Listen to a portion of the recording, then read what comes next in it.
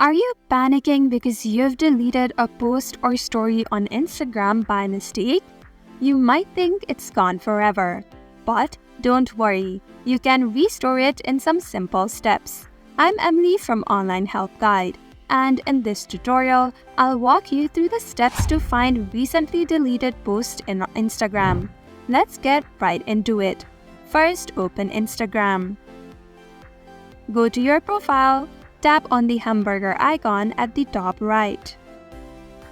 Go to your activity. Tap on Recently Deleted.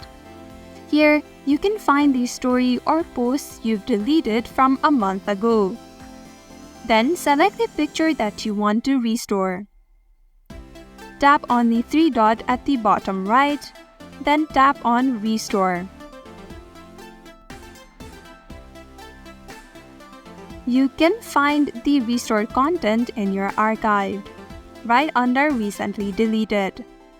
Thank you for watching Online Help Guide. Hope this video was helpful. If it was, then hit the like button and comment down if you have any questions or feedback.